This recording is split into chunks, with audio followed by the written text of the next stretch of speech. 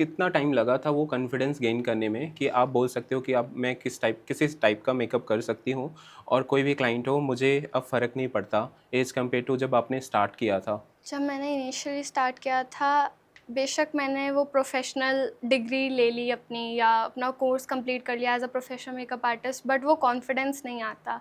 मैं शुरू से ही बहुत इंट्रोवर्ट पर्सन हूँ, मैं ज़्यादा बोलती भी नहीं थी, ना स्कूल में, ना उसके बाद।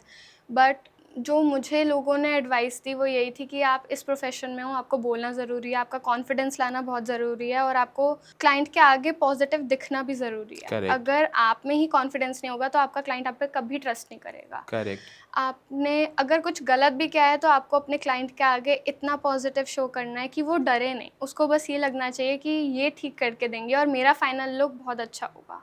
तो जब मैंने अपनी प्रोफ़ेशनल डिग्री ली, मेरे में बिल्कुल कॉन्फिडेंस नहीं था। मैं मेकअप बेशक कर भी देती थी और इवन दो वो अच्छा लग रहा था, मुझे अंदर से ऐसा डर लगता था कहीं ये मेकअप ख़राब ना हो जाए, क्लाइंट को पसंद ना आए या वो फंक्शन के बाद ये ना कहे कि इन्होंने अच्छा नहीं किया, हम दोबारा नहीं कराएँगे। वो सबसे हार्ट ब्रेकिंग चीज़ होती है किसी भी उसके लिए।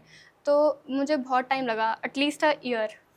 जब आप प्रोफेशनल डिग्री ले रहे थे in relation to this makeup, तो आप जब वहाँ पे सीख रहे थे चीज़ें तो आप किसी डम्मी के ऊपर वो ट्रायल कर रहे थे या कोई पर्सन होता है वहाँ पे, आप किसके ऊपर चीज़ें जो आपने पढ़ी है अप्लाई करते थे?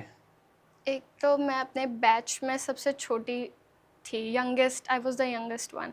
तो लोगों को लगता था ये इतनी छोटी है, शायद इसके पेरेंट्स ने इसे ज़बरदस्ती भेजा है या करेक्ट। फिर इसका कोई इंटरेस्ट नहीं है या ये किसी चीज़ में शायद अच्छी नहीं होगी इसलिए ये वाली लाइन चूज़ कर ली। बट मैंने अपनी schooling side by side complete करी है प्रॉपर विद गुड मार्क्स और मैंने ये एज़ अ हॉबी परस्यू करा था, ना कि एज़ अ पैशन। बट ये कन्वर्ट होता गया with time, with skill and with practice.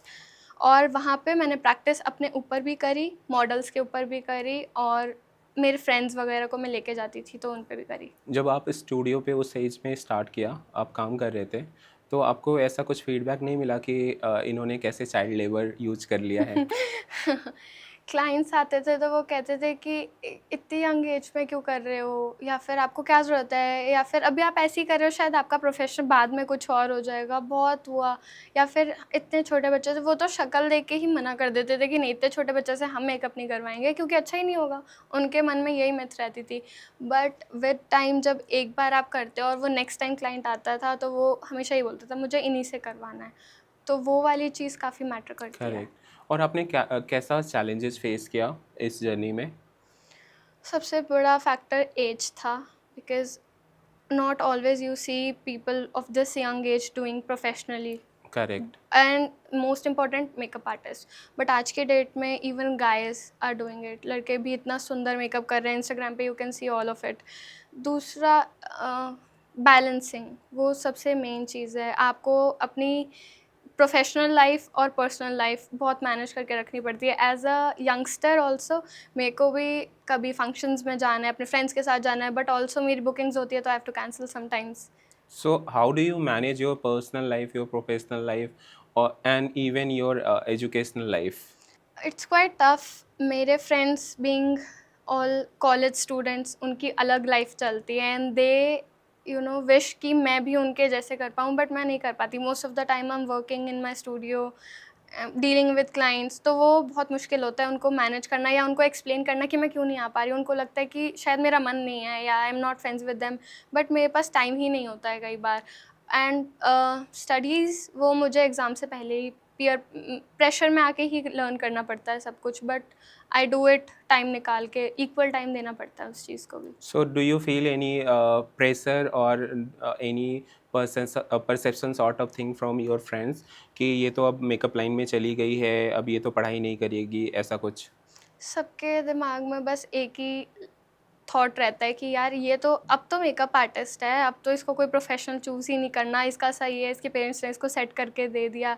या फिर उन्हें लगता है कि अब इसको पढ़ाई से भी कोई रिलेशन नहीं रखना होगा क्योंकि अब तो ये अर्न कर रही है। बट ये सबसे बड़ा मिसकंसेप्शन है, because I have to learn things, I have to keep my study going side by side. ऊपर से अगर आप पढ़ाई छोड़ दोगे तो वो क्लाइंट आके या फिर कई कई बार ये बोलते हैं कि अब तो आप मेकअप आर्टिस्ट हो, तो शायद आप पढ़ते ही नहीं होगे। बट ऐसा नहीं है, उन्हें लगता है कि एक बार आपका प्रोफेशन हो गया तो आपने स्टडीज़ छोड़ दी। बट वो साइड बाय साइड आपको करनी पड़ती है, whether it be your normal college और साइड बाय साइड आप कोई प्रोफेशनल डिग्री ले रहे हो और आप क्लाइंट्स के साथ डील कर रहे हो। Correct. And what do you think, like parents का क्या रोल होता है specially when you are teen age, और उनका कितना सपोर्ट इम्पोर्टेंट रोल प्ले करता है for being a makeup artist? To be honest, मुझे जो बड़े होके बनना था वो था एक chef. Hmm. Initially I wanted to do hotel management. मैंने कोविड में बहुत वीडियोस देखी, which is the best college for hotel management, इधर कर लें, आउट ऑफ इंडिया चले जाएं, अब्रॉड जाएं या फिर इंडिया में रह के करें।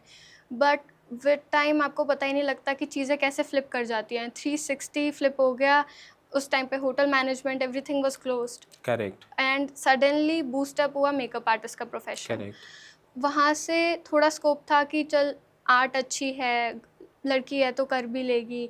मेकअप कई बार होता है कि हम रिलेट करते हैं कि लड़कियों को मेकअप तो आता ही होगा, करेक्ट। शुरू से ही आता है।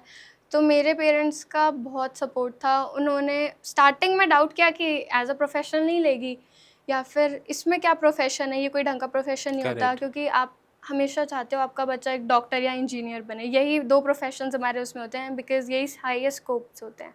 बट मेरे पेरेंट्स ने स्टार्टिंग में थोड़ा डर के उन्होंने बोला कि छोड़ दियो बीच में, अगर तुझे लगे, या फिर टेक डॉक्टर या इंजीनियर, ऐसी कोई फील्ड ले लेना जिसमें परमानेंट स्कोप रहे।